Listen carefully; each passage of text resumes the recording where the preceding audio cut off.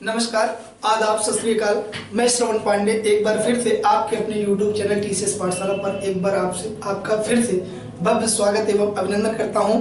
आज ये copy pen लेकर के शाम के 6 बज चुके हैं मेरे दोस्तों, मेरे भाई, शाम के 6 बज चुके हैं। कॉपी पेन लेकर के आ जाइए। आज हम विगत 3 दिनों के जो हमने हिंदी पाठ्यक्रम के अंतर्गत, सामान्य हिंदी पाठ्यक्रम के अंतर्गत पहले भाग व्याकरण के अंतर्गत वर्णमाला अध्याय के जिन पहलुओं को हमने, जिन अवधारणाओं को विधिवत सीखा, समझा, आज उसकी परीक्षा की घड़ी है। आज हम इस अध्याय से संबंधित, आपके वर्णमाला अध्याय से संबंधित जितने भी विगत वर्ष की उत्तर प्रदेश लोक सेवा आयोग द्वारा, उत्तर प्रदेश अधीनस्थ सेवा चयन आयोग द्वारा और उत्तर प्रदेश या केंद्र सरकार की गृह मंत्रालय द्वारा आयोजित कराई जाने वाली परीक्षाओं में इस अध्याय से पूछे गए प्रश्नों को हल करेंगे।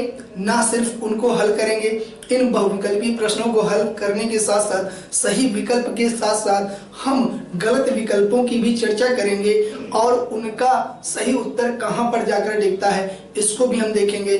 और अन्य प्रश्नों को, जो कठिन प्रश्न हैं, जो आज तक आपको कठिन लगते आए हैं, उनको स्किप मेथड से भी सीखेंगे और हर प्रश्न का हल एक अवधारणा के साथ करेंगे। जो वादा किया वो निभाना पड़ेगा। आ जाइए मेरे भाई, आ जाइए, कॉपी पेन लेकर के आ जाइए। क्वेश्चन पे पहले प्रश्न पर चलते हैं और हमारा पहला प्रश्न क्या कहता है? यारा लावा, यारा लावा, यारा लावा व्यंजनों को कहते हैं, यारा लावा व्यंजनों को कहते हैं स्पर्श व्यंजन, अंतस्थ व्यंजन, ऊष्म व्यंजन, उपर्युक्त में से कोई नहीं। तो अगर हम बात करें हर ऑप्शन की, तो आपसे अगर हम पूछते हैं मेरे भाई कि यारा लावा क्या है, तो आप कहोगे सर जी आपने ही बता रखा है, यारा लावा अंतस्थ व्यंजन होते हैं। उत्तर तो हमें पता ही है मेरे भाई, सही विकल्प पता है, लेकिन बात करते हैं जो गलत विकल्प दिए हुए हैं उनकी चर्चा कर लेते हैं। अगर हम पूछते हैं कि इनमें से स्पर्श व्यंजन क्या है, पहले ऑप्शन में जो दे रखा है, तो आप कहोगे मेरे भाई, आप कहोगे सर जी आपने बताया स्पर्श व्यंजन क्या होते हैं। स्पर्श व्यंजन क्या होते हैं? क, स्पर्श व्यंजन क्या होते हैं? क से लेकर मा तक के जितने भी 25 वर्ण हैं, यही क्या है? स्पर्श व्यंजन है। अगर बात करते हैं उस व्यंजन की, तो सा, श, श, ह, यानी आपके तीनों प्रकार के सा, यानी तालव्य सा, दंत सा, मूर्धन्य सा, ये तीनों प्रकार के सा इसमें आ जाएंगे और हा को भी रखा जाता है।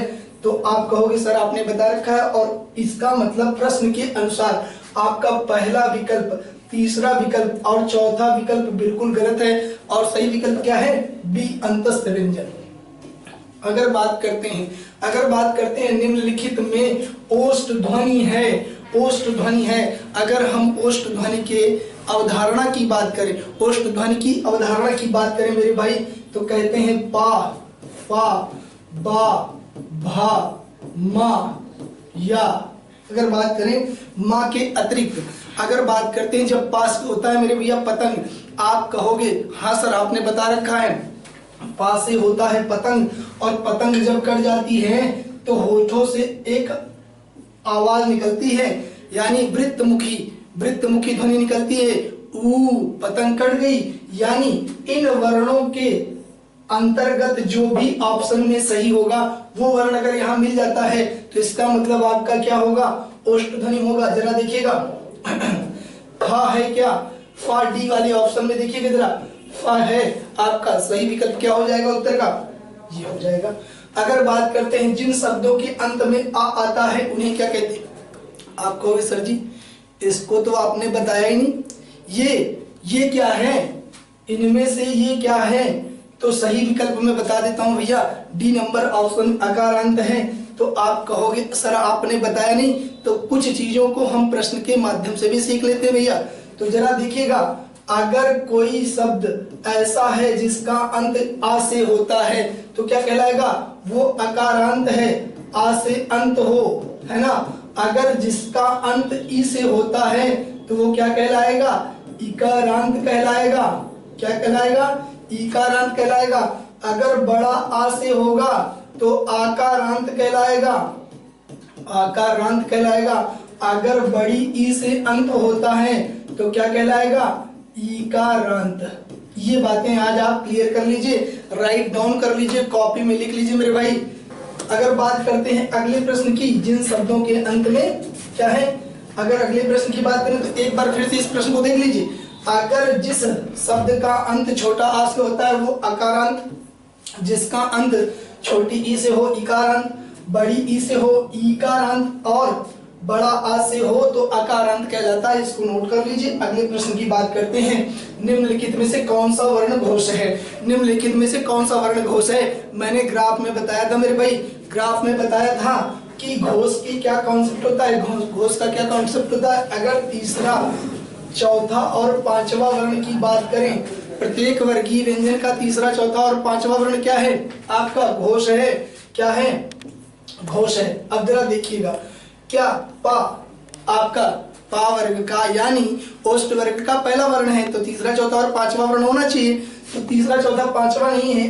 पा वर्ण क्या है आपका, पा वर्ण क्या है आपका, ये तो पहला वर्ण है। क्या ये हो जाएगा, सही है, गलत ऑप्शन है। अगर दूसरे ऑप्शन की बात करें, ये टा वर्ग का पहला वर्ण है, तो क्या सही है, गलत है। अगर बात करते हैं तीसरे ऑप्शन की, ता था दा, दा ता वर्ग का ये कौन सा है, तीसरा वर्ण है, ता था दा, तो ये क्या होना चाहिए, यही ऑप्शन सही होना चाहिए। लेकिन एक ऑप्शन अभी बचा हुआ मेरे भाई, एक ऑप्शन बचा है पा फा, ये तो दूसरा वर्ण है और दूसरा है तो ये गलत है, ता है, ठीक है, और पहला है ये, है ना, और ये भी क्या है, पहला है, ये तीसरा है, ठीक। तो इसका मतलब सही ऑप्शन हमारा क्या होना चाहिए, आंसर, सही आंसर होना चाहिए सी, दा होना चाहिए, दा होना चाहिए, ठीक। अगले प्रश्न की बात करते हैं, भाषा की सबसे छोटी इकाई किसे कहते हैं। भाषा की सबसे छोटी इकाई किसे कहते हैं। अब जरा बताइएगा, शब्द नहीं भाई, भाषा की सबसे छोटी इकाई शब्द थोड़ी ना होती है। अगर बात करते हैं व्यंजन, तो केवल व्यंजन इसके अंतर्गत नहीं आएंगे। अगर स्वर की बात करेंगे तो केवल स्वर भी नहीं आएगा और शब्द तो आएगा ही नहीं बिल्कुल। तो क्या होना चाहिए, भाषा की सबसे छोटी इकाई वर्ण अथवा अक्षर होती है।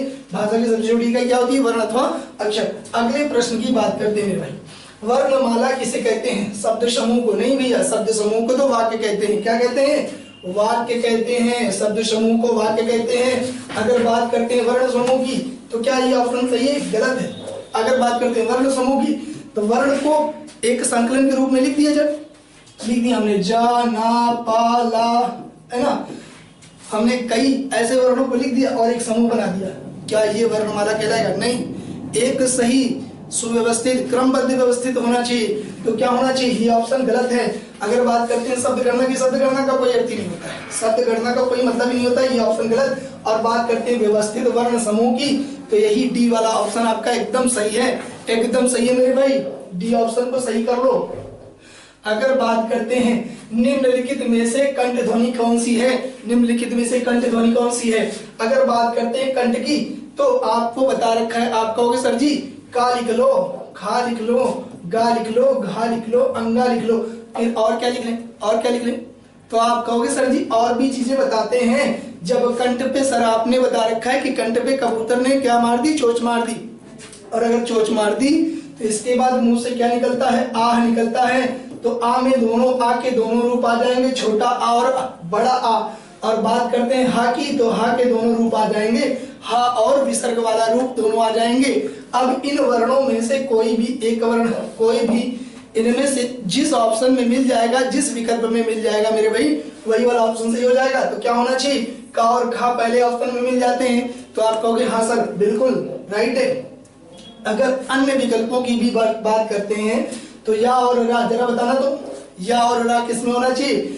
आपका या तो है तालव्य, तालु से होता है, जबकि रा क्या है, रा मूर्धन्य है, तो मूर्धा से इसका उच्चारण होता है। अगर बात करते हैं चा और छाकी, चा और छाकी ये तो तालु से होते हैं। कहां से उच्चारित होते हैं मेरे भाई, तालु से होते हैं। अगर बात करते हैं टा और ड़ा की, ये मूर्धा से होते हैं। तो इसका मतलब हमारा सही विकल्प क्या होना चाहिए, सही विकल्प होना क्या चाहिए। सही विकल्प की बात करेंगे तो पहला वाला सही विकल्प है, पहला वाला विकल्प हमारा एकदम राइट है, एकदम सही है। तो पहले विकल्प को टिक कर लीजिए। अगले प्रश्न की बात करते हैं। अगर बात करते हैं निम्नलिखित में से उच्चारण के स्थान के आधार पर मूर्धन्य व्यंजन बताइए। उच्चारण स्थान के आधार पर मूर्धन्य व्यंजन बताइए। तो मूर्धन्य व्यंजन की सबसे पहले चर्चा करते हैं ट ढ ड ढ। ये कौन बता रहा है, मैं नहीं बता रहा हूं भैया। आप कहोगे सर जी आपने यही बता रखा है तो हम बता रहे हैं, तो देखिए आप कहोगे टा लिख लो, डा ठा लिख लो, डा लिख लो, ढा लिख लो, आड़ा लिख लो। अब हम पूछेंगे क्या इसके अतिरिक्त और कुछ भी है, तो आप कहोगे हाँ सर जी आपने और भी चीजें बता रखी हैं। आप कहोगे सर जी आपने बताया था टा से होता है टी और टा से होता है टमाटर, ठीक। फिर कहोगे सर जी आपने बताया था कि एक आदमी रहता है उसके मूर्धा में टा से टी माने चाय, चाय पीने से क्या हो जाते हैं, छाले हो जाते हैं। तालू के नीचे और दांतों के ऊपर वाले भाग में जो खुरदुरा सा सीढ़ीदार खेतों वाला स्थान रहता है ना, सीढ़ीदार खेतों जैसे स्थान होता है, जीभ से छूने से लगता है, उसी स्थान पे छाले हो जाते हैं। तो आदमी ज्ञानी व्यक्ति ऋषि के पास जाता है, तो ऋषि उसको फटकारता है, जो अच्छी चीजें वो नहीं पी सकता है ना। टा से टमाटर होता है, खा सकता था लेकिन टमाटर नहीं खा सकता, टा से टी जानता है ना, टी पी ली। तो क्या बताता है ऋषि, कहता है कि टमाटर का क्या कर ले, रस पी ले, तेरे मुर्दा के छाले ठीक हो जाएंगे। आप ही ने बताया ना सर, आप कहोगे आप ही ने बताया सर, तो क्या होना चाहिए, यानी ट ठ ड ढ अण री र श, इसके अंतर्गत आने वाले कोई भी वर्ण अगर हमारे विकल्प में मिल जाते हैं तो हमारा उत्तर कौन सा सही हो जाएगा। अब जरा देखिए डा और ढा मिल रहे हैं क्या, डा और ढा मिल रहे हैं, सी वाले ऑप्शन में आपका ऑप्शन कौन सा सही होना चाहिए, सी वाला ऑप्शन सही हो जाना चाहिए। अगर बात करते हैं अगले प्रश्न की, कह रहा है कि निम्नलिखित में से अल्प प्राण वर्ण कौन सा है। अल्प प्राण वर्ण भैया, अल्प प्राण की बात करेंगे तो अल्प प्राण के अंतर्गत कौन कौन सा वर्ग आता है, प्रत्येक वर्गीय व्यंजन का पहला तीसरा पांचवा, पहला तीसरा और पांचवा वर्ग। और क्या होना चाहिए, जहां पर वर्गों की संख्या 3 हो गई तो वहां स्वर आते हैं, ठीक। अगर बात करते हैं इसके अलावा क्या होता है, या रा ला वा, या रा ला वा, ये होना चाहिए। अब इनमें से कोई भी वर्ण मिल जाए। अब बताइए पहले तीसरे पांचवें वर्ण की बात करते हैं, तो अब बताइए पहले ऑप्शन में आ मिल गया यानी स्वर मिल गए, ये तो 100% डेफिनेटली क्या है, अल्प प्राण है, ठीक। अगर बात करते हैं बी ऑप्शन की, तो प्रत्येक वर्ग का पहला और तीसरा, तो बात कर रहा है पहला तीसरा का क्या है, पहला तीसरा वर्ण, ये भी ऑप्शन सही एकदम। अगर बात करते हैं था धा, तो ता था दूसरा वर्ण। अगर धा की बात करते हैं ता था धा चौथा वर्ण है, ये ऑप्शन बिल्कुल गलत। अगर बात करते हैं भा और भा की, पा भा दूसरा वर्ण और बा भा चौथा वर्ण, ये भी ऑप्शन बिल्कुल गलत। इस क्वेश्चन में 2 ऑप्शन सही हो रहे हैं मेरे भाई, पहला और दूसरा, यानी अ और का गा दोनों ऑप्शन सही हो जाएंगे। क्वेश्चन कुछ इस तरीके का। अगर बात करते हैं निम्नलिखित शब्दों में से नवीन विकसित ध्वनियां हैं, नवीन विकसित की बात करते हैं मेरे भाई, नवीन विकसित। अब जरा बताना नवीन विकसित कौन सी है। एक तो बाहर से आई अंग्रेजी भाषा से आ स्वर आया। अगर बात करें आ स्वर के बाद छोटा आ यानी अ, क, ख, ग, ज, फ। आप कहोगे सर जी आपने एक आगत स्वर बताया और 6 क्या बताए, 6 आपके बताए थे आपने आगत व्यंजन, इन सबको जोड़ दिया जाए, इन 7 में से कोई भी एक वर्ण आपका जिस ऑप्शन में होगा, इनमें से कोई भी वर्ण अगर जिस ऑप्शन में होंगे वही ऑप्शन, वही विकल्प हमारा सही उत्तर होगा। क्यों, क्योंकि यही जो आगत हैं यही नवीन विकसित हैं, यही नए आए हैं हमारी हिंदी वर्णमाला में। तो क्या कहेंगे, पहले वाली ऑप्शन में खा और गा मिल गए, ये वाला ऑप्शन हमारा क्या होना चाहिए, सही होना चाहिए मेरे भाई। अगर बात करते हैं निम्नलिखित में से कौन सी ध्वनि ओष्ठ नहीं है, ओष्ठ नहीं है मेरे भाई, कंडीशन दे रहा है ओष्ठ नहीं है, तो ओष्ठ ध्वनियों को पहले लिख लो, बा फा, बा भा, मा। अगर बात करते हैं इसके अलावा और कुछ भी है क्या, तो आप कहोगे सर जी आपने बता रखा है पा से पतंग कट गई तो मुंह से निकला ऊ। अब इसमें से कोई भी अगर ध्वनियां शामिल है, जो जो ऑप्शन मिल जाएंगे, जिस जिस विकल्प में ये वर्ण दिए होंगे वो वर्ण तो है क्या, वो ओष्ठ से उच्चारित होने वाला है ना। लेकिन इसके अलावा जो नहीं है वो ओष्ठ ध्वनि नहीं है। अब जरा बताना पा मिल रहा है क्या, बिल्कुल मिल रहा है। आप कहोगे मिल रहा है, बी ऑप्शन में बा मिल रहा है क्या, बिल्कुल मिल रहा है भाई। अगर आपसे पूछा जाए तीसरा ऑप्शन माँ मिल रहा है क्या, हाँ मिल रहा है। तो क्या नहीं मिल रहा है, डी ऑप्शन नहीं मिल रहा है, ता ऑप्शन आपका क्या हो जाएगा, सही हो जाएगा। अगले प्रश्न की चर्चा करते हैं। हिंदी भाषा में मूलतः वर्णों की संख्या कितनी मानी गई, अभी कल की कक्षा में, कल ही की क्लास में बताया गया मेरे भैया, बताया गया था मूल संख्या कितनी होती है, मूल संख्या होती है वर्णों की हिंदी वर्णमाला में 44, ठीक। और इसमें पूछता क्या है, मूलतः वर्णों की संख्या, तो मूलतः वर्णों की संख्या में 44 जैसा कोई ऑप्शन है ही नहीं। अगर बात करें कुल की बात करेंगे, कुल संख्या कितनी होती है? कुल संख्या होती है 52। होती कि नहीं होती मेरे भाई? होती है ना।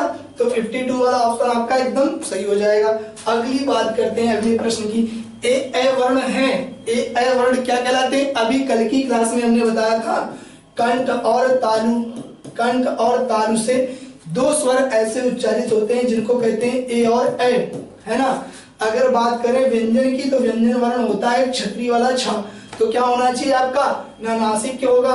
बिल्कुल गलत। मूर्धन्य नहीं होगा, उष्ट नहीं होगा, क्या होना चाहिए? कंठ तालव्य होना चाहिए मेरे भाई। कंठ और तालु से ये उच्चारित होता है। अगली बात करते हैं निम्नलिखित में से किसे हिंदी का मानक वर्णमाला में नहीं स्थान दिया गया?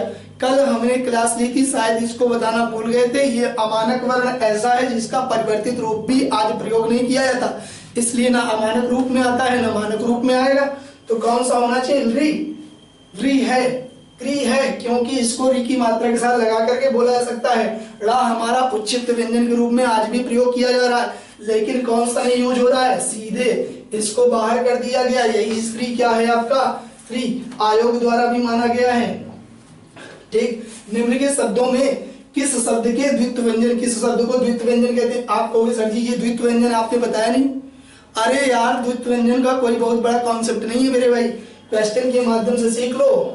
ऐसे व्यंजन वर्ण जो एक शब्द में लगातार दो बार आए, लगातार दो बार आए, है ना, दो बार आए, यही इसका कॉन्सेप्ट है मेरे भाई। अब जरा बताना पुनः मैंने तो दोबारा का नाम ही दे दिया, ये ऑप्शन गलत। इलाहाबाद में कोई ऐसा वर्ण ही नहीं है जो बार बार दोहराया गया हो, ऐसा व्यंजन वर्ण है ही नहीं।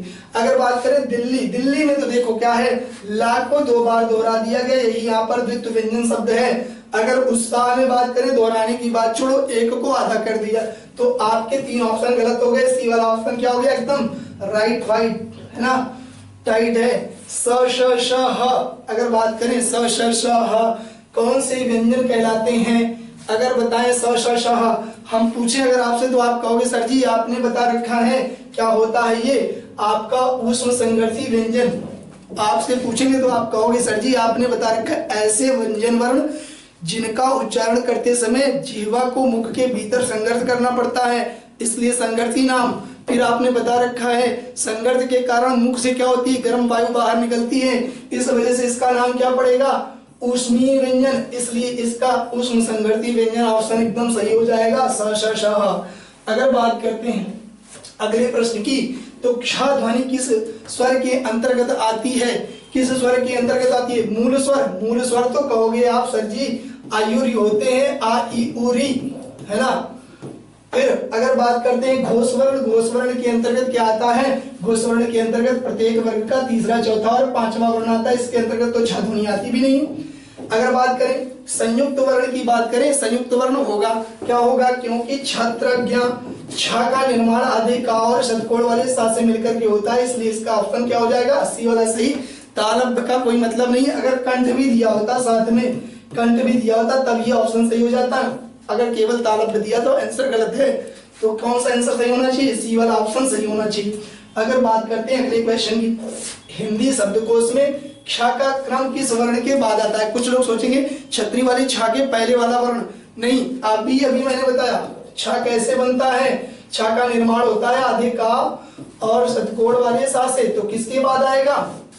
छ का क्रम किस वर्ण के बाद आएगा? तो का के बाद आएगा मेरे भाई, का के बाद आएगा। अगले प्रश्न की बात करते हैं, निम्नलिखित में से कौन सा पष्ट स्वर है? अगर बात करें पष्ट स्वर की, हमने एक ट्रिक बता रखी थी अग्री ए। अगर अग्री ए की बात करेंगे तो इसमें जो छोटी ई की मात्रा है ना मेरे भाई, छोटी ई की मात्रा, तो आप कहोगे सर जी आपने एक ट्रिक बता रखी थी अग्री ए, और अग्री ए में जो छोटी ई की मात्रा है, ये छोटी ई और बड़ी ई के दोनों रूपों को दिखाती है। अगर बात करें ए की, तो आपका ये ए और ए दोनों रूपों को दिखाती है, तो ये तो हो गया अग्र स्वर। अगर बात करते हैं मध्य स्वर, मध्य की बात करेंगे तो केवल इकलौता छोटा आ जाएगा। अगर बात करते हैं पष्ट स्वर की, और हमसे पूछा गया है, पष्ट पूछा है, और पश्च के अंतर्गत इन चारों को छोड़ दो और इस इकलौते को छोड़ दो। बचेगा क्या क्या, जो बचेगा वही आ जाएगा। बड़ा आ बचेगा, ई हो गया, उ आ जाएगा। अगर बात करें फिर ए हो गया, ओ आ जाएगा, ओ आ जाएगा। अब इसमें से कौन सा ऑप्शन है जरा देखना तो, बड़ा आ मिल गया क्या, हाँ ऑप्शन नंबर ए सही हो जाएगा हमारा, ऑप्शन नंबर ए सही हो जाएगा। अगर बात करते हैं खड़ी पाई वाले व्यंजनों का संयुक्त रूप कैसे बनाया जाता है, तो दो खड़ी पाई लगा करके बनाया जाता है, ठीक है, दो खड़ी पाई लगा करके इसका प्रयोग किया जाता है। तो आपका ऑप्शन क्या सही हो जाएगा, सी नंबर ऑप्शन सही हो जाएगा। अगर बात करें इनमें से ओ का उच्चारण स्थल कौन सा है, अभी अभी मैंने बात करी थी, ये क्या है आपका, ओ क्या है आपका। अगर हम बात करते हैं ओ की बात करते हैं तो दंत, मूर्धा, कंठ, ओष्ठ और दंत। अब देखिए कल हमने बात करी थी किसकी, इसकी भी बात करी थी, इसकी भी बात करी थी। जरा देखिए अभी अभी हमने बताया कंठ तालु से, अगर कंठ तालु से उच्चारित होने की बात करेंगे तो ए और ए है ना। अगर लेकिन कंठ और ओष्ठ से अगर उच्चारित होने की बात करेंगे तो आपके दो आ जाएंगे, ओ और औ। और अभी पूछ किसके बारे में रहा है, ओ के बारे में, तो क्या ऑप्शन सही होना चाहिए हमारा, डी वाला होना चाहिए मेरे भाई, डी वाला होना चाहिए। अगर बात करते हैं अगले क्वेश्चन की, का गा जा फा ध्वनियां किसकी हैं, का गा जा फा ध्वनियां किसकी हैं, तो अरबी और फारसी की ध्वनियां हैं, मैंने कल ही बताया था, ठीक। अगर बात करते हैं किस शब्द में री स्वर नहीं है, अब री किसमें नहीं है, कृपा में है। अगर दृष्टि में देखा जाए तो दृष्टि में द्रि है, कृष्णा में क्या है, क्री है, लेकिन आज में नहीं है, ये ऑप्शन हमारा सही हो गया। इसमें है क्या, हलवा क्वेश्चन है। अगर बात करें किन ध्वनियों को अनुस्वार कहा जाता है, किन ध्वनियों को अनुस्वार कहा जाता है, स्वर के बाद में आने वाली नासिक ध्वनियां, स्वर के बाद आने वाली नासिक ध्वनियां ये क्या कहलाती है हमारी। अगर चारों ऑप्शन पढ़ने की बात करते हैं, स्वतंत्र रूप से उच्चारित होने वाली ध्वनियां ये तो स्वर हो जाएंगे, स्वर के साथ आने वाली ध्वनियां, क्या हर स्वर के साथ आने वाली ध्वनि केवल अनुस्वार होती है, नहीं ऐसा बिल्कुल भी नहीं है। अगर बात करते हैं व्यंजन के बाद आने वाली ध्वनियां, व्यंजन के बाद आने वाली ध्वनियां जरूरी थोड़ी ना कि आपकी अनुस्वार हो जाएंगी। तो आपको ऑप्शन क्या सही होना चाहिए, ऑप्शन नंबर ए सही होना चाहिए। अगर बात करते हैं अगले प्रश्न, आधुनिक व्याकरण की दृष्टि से बा वर्ण का वैशिष्ट्य है, अगर इसकी विशिष्टता की बात करी जाए, इस तरीके के क्वेश्चन को कैसे सॉल्व करना चाहिए। अब जरा बताइए, बा पा फा बा, बा बोलेंगे तो ऊपर और नीचे दोनों ओठों का काम होता है, केवल ओठ का काम नहीं होता है। तो आपका ओष्ठ तो चारों ऑप्शन में दिया है, तो ओष्ठ को नहीं लेना, द्वयोष्ठ दोनों ओठों की बात करता है, तो बी और सी ऑप्शन, बाकी डी और ए तो वैसे ही गलत हो गए, केवल ओठों की बात कर रहे हैं। और हमको बात क्या करनी, हमको किसकी बात करनी है, हमको बात करनी है किसकी, हमको तो बात करनी है दोनों ओठों की। तो बी और सी ऑप्शन, ए और डी ऐसे डायरेक्ट गलत हो गए। अगर बात करते हैं स्पर्श की, स्पर्श की बात करते हैं, अब बताइए स्पर्श का से लेकर के माँ के बीच में होना चाहिए, का से लेकर माँ के बीच में होना चाहिए, 25 वर्णों के बीच में है, बा है, लेकिन स्पर्श संघर्षी नहीं है, स्पर्श संघर्षी तो चा छा जा जा है, तो ये वाला ऑप्शन तो यहीं से गलत हो गया। अगर बात करते हैं अल्प प्राण, तो अल्प प्राण बिल्कुल है ना, अल्प प्राण है। क्यों, अल्प प्राण में कहता है कि किसी भी वर्गीय व्यंजन के पहले, तीसरे और पांचवें वर्ण के अंतर्गत आता है, ठीक। तो अल्प प्राण है, कैसा है, पा फा बा, तीसरा वर्ण है पा वर्ग का, बिल्कुल है, अल्प प्राण है। अगर घोष और अघोष की बात करते हैं तो अघोष नहीं है, कैसा है, ये घोष है, और घोष के अंतर्गत क्या होता है, किसी भी वर्गीय व्यंजन का तीसरा, चौथा और पांचवा वर्ण होना चाहिए। तो तीसरा मैच कर रहा है कि नहीं कर रहा है, तीसरा चौथा पांचवा वर्ण, तो तीसरा मैच कर रहा है, ये तो घोष है, ठीक। और यहाँ क्या है, ये अल्प प्राण। तो क्या इस तरीके से स्किप मेथड क्या बना आपका, तो पहले दोनों ओठों को देखा जाए, हाँ दोनों ओठों से बोला जाएगा, स्पर्श है कि स्पर्श संघर्षी, तो स्पर्श है, स्पर्श संघर्षी नहीं है। फिर अल्प प्राण को चेक किया तो अल्प प्राण तो है बिल्कुल। अगर घोष और अघोष को चेक करेंगे तो घोष है, अघोष नहीं है। अगर बात करते हैं निरानुनासिक, दोनों जगह दिया है, तो निरानुनासिक दोनों जगह है तो सही है, निरानुनासिक माने नाक के बल नहीं बोला जाता। तो आपका ऑप्शन कौन सा सही होना चाहिए, बी वाला ऑप्शन सही होना चाहिए मेरे भाई। अगर बात करते हैं अगले प्रश्न की, निम्न में अर्ध स्वर कहलाता है, अर्ध स्वर किसको कहते हैं, अगर आपसे पूछा है तो आप कहोगे मेरे भाई कि जो स्वर जो दो स्वरों के मेल से बनता है ना व्यंजन, ऐसा व्यंजन जो दो स्वरों के मेल से बना होता है उसी को अर्धस्वर व्यंजन कहा जाता है। तो आप कहोगे या वाला सही ऑप्शन है, क्योंकि या का निर्माण छोटी ई के बाद आ लगने से होता है, दो स्वरों के मेल से। फिर मैंने दूसरी बात क्या बताई थी, आप कहोगे सर जी आपने बताया था कि कभी कभी अर्धस्वर का प्रयोग किसके साथ और किसके स्थान पे हो सकता है, स्वरों के स्थान पे हो सकता है, इस वजह से इसको अर्धस्वर कहा जाता है। तो दो बातें बताई थी और ऑप्शन ए सही होना चाहिए। महाप्राण ध्वनियां व्यंजन वर्ग में किससे संबंधित हैं? अब जरा बताइएगा, किसी भी वर्गीय व्यंजन का दूसरा और चौथा वर्ण होता है कि नहीं होता है? ग्राफ में बताया था कि नहीं बताया था? तो क्या है आपका ऑप्शन? पहला दूसरा गलत, दूसरा तीसरा गलत, दूसरा चौथा सही, पहला चौथा गलत। कौन सा ऑप्शन सही होना चाहिए? सी वाला ऑप्शन, दूसरा और चौथा सही होना चाहिए। अगर बात करते हैं इनमें से कौन व्यंजन अल्प प्राण है, कौन सा व्यंजन अल्प प्राण है, अल्प प्राण की बात करेंगे तो किसी भी वर्गीय व्यंजन का पहला, तीसरा और पांचवा वर्ण होना चाहिए। फिर बात करते हैं स्वर होने चाहिए सारे के सारे। फिर बात करते हैं या, रा, ला, वा, इन वर्णों के अंतर्गत होना चाहिए। अब बताइए खा वर्ण किसी भी वर्गीय व्यंजन का का, खा दूसरा वर्ण है तो ऑप्शन गलत। अगर बात करते हैं दूसरे ऑप्शन की ता, था भी दूसरा वर्ण है, ऑप्शन गलत। चा पहला वर्ण है, ऑप्शन सही होने की संभावना, अभी एक ऑप्शन बचा हुआ है। पा, भा ये दूसरा वर्ण है, गलत। तो क्या सही ऑप्शन होना चाहिए हमारा? सी वाला सही होना चाहिए। चा। अगर बात करते हैं निम्नलिखित में कंठ ध्वनियां कौन सी हैं, कंठ ध्वनियां कौन सी हैं? फिर तो वही वाला क्वेश्चन दोहरा दिया मेरे भाई, का, खा सही हो जाएगा। अगर बात करते हैं वर्णमाला में किसे कहेंगे तो यही है, वर्णों के व्यवस्थित समूह को कहेंगे। फिर से क्वेश्चन दोहरा दिया है मेरे भाई। अगर बात करते हैं कौन वर्ण ओष्ठ नहीं है, अब ध्यान से देखना, ओष्ठ नहीं है, ओठ के बल नहीं बोला गया, तो जरा देखना पा, फा, बा, भा, मा, इसके अलावा छोटा ऊ और बड़ा ऊ, इसके अंतर्गत जो वर्ण नहीं आएगा वही वाला आंसर हमारा सही हो जाएगा। अब जरा देखना माँ वाला मिल रहा है क्या? बिल्कुल मिल रहा है। अगर बात करें बा वाला मिल रहा है क्या? बिल्कुल मिल रहा है। अगर बड़ा ऊ की बात करें मिल रहा है, लेकिन कौन सा नहीं मिल रहा है? बड़ा आ नहीं मिल रहा है। और ये कहाँ आना चाहिए? ये कंठ में आना चाहिए। अगर पूछा जाए आना कहाँ चाहिए तो कंठ में आएगा मेरे भाई। इस वजह से ऑप्शन क्या होना चाहिए आपका? डी वाला सही होना चाहिए।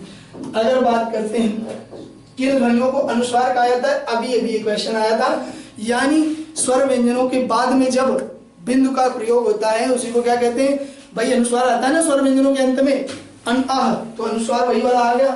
अन वाला क्या होता है? अनुस्वार होता है। डी वाला आंसर आपका सही है। निम्नलिखित में से दंत वर्ण है, निम्नलिखित में से दंत वर्ण है, जरा बताना।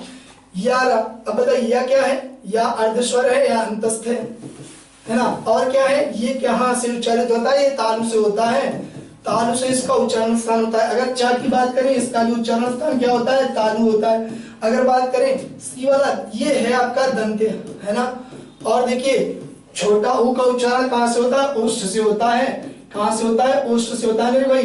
तो आपका ऑप्शन क्या सही होना चाहिए? आपका आंसर क्या होना चाहिए? सही। आपका ऑप्शन होना चाहिए सही, सी वाला, सी ऑप्शन सही होना चाहिए। ये कहाँ से होता है? या वाला आपका होता है, कहोगे तालु से। ये कहाँ से होता है? ये भी तालु से होता है। अगर बात करें इसकी, ये होता है ओष्ठ से होता है मेरे भाई, ओष्ठ से होता है। तो कौन सा सही होना चाहिए? Option number C. अगले प्रश्न की बात करते हैं, आयोगवाह कहा जाता है। अगर हम आपसे पूछें कि भैया आयोगवाह किसको कहा जाता है तो आप कहोगे सर जी आपने बता रखा है, आपने समझा रखा है, सिखा रखा है कि ऐसा वर्ण, ऐसे वर्ण है ना जो बिना जुड़े साथ दें, जो बिना जुड़े साथ दें आयोगवाह कहलाता है। तो आयोगवाह में आपने बता रखा है अन होता है, एक होता है अह, और इसको कहेंगे अनुस्वार, इसको कहेंगे अनुस्वार, और ये अह को कहेंगे विसर्ग। इनमें से कोई एक ऑप्शन होगा सही, वही वाला हो जाएगा। विसर्ग को कहते हैं। ऑप्शन नंबर ए हमारा सही हो जाना चाहिए। प्रयत्न के आधार पर लाभ किस प्रकार का की ध्वनि है तो आप कहोगे सर जी आपने बता रखा है पार्श्विक है। इसमें सोचना क्या समझना क्या, उच्चित के अंतर्गत तो दो आते हैं, ड़ा और ढा आते हैं। आप कहोगे संगर्थ, संगर्थ के अंतर्गत श श श होते हैं। आपने समझा रखा है, आपने बता रखा है प्रकंपित के अंतर्गत रा आता है। तो क्या होना चाहिए? ऑप्शन ए सही होना चाहिए। अगर बात करें हिंदी वर्णमाला में व्यंजनों की संख्या तो हमने बता रखा था भैया कल, ये क्या है? मूल संख्या है। अगर कुल की बात करेगा हमेशा कभी भी तो 39 आएगा, 39, ठीक है। तो 33 होना चाहिए ऑप्शन सही, हमने पिछली कक्षा में ही बता रखा था। अगर बात करते हैं अगले प्रश्न की, अगले प्रश्न की, हिंदी की स्पर्श घोष महाप्राण दंत व्यंजन है। अब जरा देखिए इस तरीके के क्वेश्चन को स्किप मेथड से कैसे करते हैं। सबसे पहले पहला शब्द पकड़ना है स्पर्श, तो का से लेकर के माँ, का से लेकर के माँ के बीच की बात करेगा 25 की, तो का से लेकर माँ के बीच में ये तीनों आएंगे, ये तो बिल्कुल नहीं आएगा, पहले ऑप्शन गलत। फिर अगर बात करते हैं दूसरे की घोष की, अगर घोष की बात करेंगे तो इसमें आएगा प्रत्येक वर्गीय व्यंजन का तीसरा, चौथा और पांचवा वर्ण। फिर बात करेंगे महाप्राण की, प्रत्येक वर्गीय व्यंजन का दूसरा और चौथा वर्ण, तो ये मैच करना चाहिए। चौथे की बात करेंगे, चौथे को पकड़ना है। अब जरा बताना ता था दा, ये तो तीसरा है, ये गलत हो गया। ठीक बात करते हैं, पा भा बा भा, ये चौथा और ये चौथा। लेकिन बात करेगा अगले चीज, देखिए दंत की बात कर रहा है, दांत के, दांत से जिनका उच्चारण स्थान होता है दांत, तो भा क्या है आपका, ये ओठ है, ये इसका उच्चारण स्थान ओष्ठ है, दंत इसका होता है। ऑप्शन नंबर सी आपका एकदम सही हो जाएगा। अगर बात करते हैं अगले प्रश्न की, तो स्पर्श घोष महाप्राण ओष्ठ व्यंजन। अब जरा बात करते हैं स्पर्श की बात कर लेते हैं पहले, का से लेकर के माँ तक की, का से लेकर माँ तक के 25 वर्णों के बीच में कौन कौन सा आता है, ये आता है, ये आता है, ये आता है, लेकिन ये वाला नहीं आता। अगर बात करते हैं इसकी घोष की बात करते हैं, घोष के अंतर्गत क्या होता है, किसी भी वर्गीय व्यंजन का तीसरा, चौथा और पांचवा वर्ण। महाप्राण की बात करेंगे तो किसी भी वर्गीय व्यंजन का दूसरा और चौथा वर्ण होता है, तो चौथा चौथा मैच करा दो। अब चौथा कौन सा, ये चौथा, ये चौथा, ये वाला तो तीसरा, ये गलत एकदम ऑप्शन। फिर बात करते हैं इसमें क्या कह रहा है, ओष्ठ व्यंजन होना चाहिए, ये क्या है, ये दंत है, ये एकदम गलत हो गया, ये दंत है। ओष्ठ कौन सा है, ऑप्शन नंबर ए, इसका मतलब ऑप्शन नंबर ए हमारा एकदम सही ऑप्शन है। बात समझ में आई कि नहीं मेरे भाई। अगर बात करते हैं हिंदी की बात ध्वनि, हिंदी की बात ध्वनि की बात करेंगे तो बा कहां से उच्चारित होता है, होठों से, पा फा बा भा, पा फा बा भा मा। और बात करेंगे छोटा ऊ और बड़ा ऊ, यही बताया था ना मैंने दोस्तों, यही बताया था ना, तो आपको भी बिल्कुल सर जी यही बताया था। तो ओष्ठ ध्वनि होती है। अगर बात करते हैं वर्ष वर्ण की, तो इसमें 4 ऑप्शन आते हैं, जल रस, ठीक है, जल रस को याद कर लेना, दुनिया का कोई भी रस जल से मिलकर के बना होता है, तो जल रस याद कर लेना। अगर बात करते हैं दंत की, तो ता वर्ग वाला, अगर तालब्य की बात करते हैं तो चा वर्ग वाला। ठीक, आगे आते हैं अगले प्रश्न पे, सात होने से एक ही वाला सा। अब जरा बताना, मैंने बताया था 3 सा होते हैं, एक तो होता है आपका तालब्य, ये कौन सा है, तालब्य होता है। अगर ये वाले सा की बात करें, श श श, ये वाले सा की बात करें, ये वाले सा की बात करेंगे, ये होता है तालब्य। आप कहोगे हाँ सर जी यही बता रखा था। अगर इस वाले सा की बात करेंगे, ये क्या हो गया, मूर्धन्य हो गया, क्या हो गया, मूर्धन्य। और ये वाले सा की बात करेंगे, ये वाले, ये हो गया आपका दंत सा, क्या होना चाहिए, दंत सा हो गया। तो कौन सा सही होना चाहिए, तालब्य, तो बी वाला ऑप्शन आपका एकदम सही हो जाएगा। फिर आप बात करेंगे निम्न में से कौन सा व्यंजन पार्श्विक है, निम्न में से कौन सा व्यंजन पार्श्विक है, तो आप कहोगे सर जी आपने बता रखा है एक ही वर्ण तो है ला, जो क्या होता है पार्श्विक व्यंजन है। क्यों पार्श्विक, अगर हम पूछते हैं क्यों पार्श्विक है, तो कहोगे सर जी आपने बता रखा है 2-2 रीजन, एक नहीं 2-2 रीजन बता रखे हैं कि ऐसा वर्ण होता है जिसके उच्चारण के समय जीभ का पिछला भाग ऊपर के दंत को स्पर्श करता है। ठीक, और दूसरा रीजन क्या बता रखा है कि इसका उच्चारण करते समय मुख के भीतर अंदर से पिछले भाग से वायु जीभ के दोनों बगल से बाहर निकल जाती है, दोनों बगल से बाहर निकल जाती है, इसलिए इसको क्या कहा जाता है, पार्श्विक कहा जाता है, पार्श्विक कहा जाता है। यही ऑप्शन आपका क्या हो जाएगा, सही हो जाएगा मेरे भाई। अगले प्रश्न की बात करते हैं, भाषा विज्ञान की दृष्टि से बड़ा ऊ किस प्रकार का स्वर है, भाषा विज्ञान की दृष्टि से, भाषा विज्ञान की दृष्टि से बड़ा ऊ किस प्रकार का स्वर है। अगर बात करें छोटी ई, बड़ी ई, छोटा ऊ और बड़ा ऊ, ये आपका होता है संवृत्त स्वर, क्या होना चाहिए, संवृत्त स्वर होता है। ठीक, और हमने यहाँ से कॉन्सेप्ट उठाया था उई, और कब आवाज ऐसी आती जब लग जाती है सुई, तो क्या होना चाहिए, अग्र समृद्ध स्वर होने चाहिए, अग्र समृद्ध स्वर। अब आप कहोगे ये अग्र क्या होता है, तो हमने बताया था अग्री ए, और अग्र स्वरों में छोटी ई और बड़ी ई आते हैं, और छोटी ई बड़ी यहाँ पर भी आते हैं, इसलिए इसको अग्र समृद्ध कहा जाएगा। अगर बात करें वा का उच्चारण स्थान है वा, तो आप कहोगे सर जी आपने बताया है, आपने बता रखा है वाह और फा दोनों का उच्चारण करते समय ऊपर के दांत और नीचे के होठों का प्रयोग किया जाता है। इसको दांत और होठों का प्रयोग करने की वजह से दंतोष्ठ व्यंजन कहा जाता है, दंतोष्ठ वर्ण कहा जाता है, इसलिए इसको क्या कहा जाएगा, दंतोष्ठ कहा जाएगा। अगले क्वेश्चन की बात करते हैं, किस वर्ग का उच्चारण स्थान कंठ तालु है। अभी अभी हमने बताया था किस वर्ण का उच्चारण स्थान कंठ और तालु है, तो ए और ए का उच्चारण स्थान है, ए और ए का उच्चारण स्थान है, तो ए और ए क्या हो गया आपका, कंठ तालु हो गया। ठीक, अगर बात करते हैं विसर्ग से बना शब्द कौन सा है, विसर्ग जिसमें विसर्ग लगाए मेरे भाई बी वाला ऑप्शन सही हो जाएगा। अगले प्रश्न की बात करें तो निम्नलिखित में से कौन सा स्वर समृद्ध है, निम्नलिखित में से कौन सा स्वर समृद्ध है। हमने बताया था समृद्ध में क्या होता है, छोटी ई, बड़ी ई, छोटा ऊ और बड़ा ऊ, इनमें से कोई है ऑप्शन में, हाँ है, छोटी ई है सी वाले ऑप्शन में। आपका सी ऑप्शन एकदम बिल्कुल राइट फाइट टाइट होना चाहिए। यार अलावा फिर से वही बात करता है और आप कहोगे सर जी इतना पढ़ा दिया है, इतना समझा रखा है, अब गलत कर देंगे तो हम हमसे बड़ा समझ लीजिए आगे का अंतस्थ व्यंजन, अंतस्थ व्यंजन। ठीक है, निम्न कौन सा, निम्न में से कौन सी ध्वनि महाप्राण नहीं है, और महाप्राण की शर्त क्या होती है, जरा ध्यान लीजिए मेरे भाई। प्रत्येक वर्गीय व्यंजन का दूसरा चौथा वर्ण और या क्या होना चाहिए, और या फिर क्या होना चाहिए, साथ में क्या होना चाहिए, स श और क्या होना चाहिए, हा होना चाहिए, यानी आपका संघर्षी व्यंजन होना चाहिए। तो इनमें से कौन सा, अब जरा देखिएगा पहले ऑप्शन को चेक करते हैं, का खा प्रत्येक वर्गीय व्यंजन का है कि नहीं है, बिल्कुल। अगर बात करते हैं का खा गा घा चौथा, बिल्कुल प्रत्येक वर्गीय व्यंजन का दूसरा और चौथा होना चाहिए, ये भी सही, ये भी सही है, बिल्कुल। अगर बात करते हैं छ छ जा, जा क्या है, तीसरी ध्वनि है, और च छ जा झा ये चौथी ध्वनि है। तीन ऑप्शन तो आपके सही हो गए। कौन सा, क्वेश्चन के अकॉर्डिंग तीन ऑप्शन सही हो गए और तीनों ऑप्शन क्या हो गए, क्वेश्चन के अकॉर्डिंग गलत हो गए, क्योंकि महाप्राण के अंतर्गत आते हैं। और कौन सा नहीं है, जा वाला आपका नहीं है। आंसर क्या होना चाहिए सही मेरे भाई, यही होना चाहिए। निम्नलिखित में से अर्धस्वर कौन सा है, अर्धस्वर की बात करेंगे, फिर से वही क्वेश्चन आ गया, अर्धस्वर की बात करेंगे, या हो जाएगा मेरे भाई। एकदम आसान क्वेश्चन थे कि नहीं, आसान थे कि आसान बनाए गए आपके लिए। अब जरा देखिए मेरे भाई, रामधारी सिंह दिनकर जी की, रामधारी सिंह दिनकर जी की बातें याद आती हैं हमको।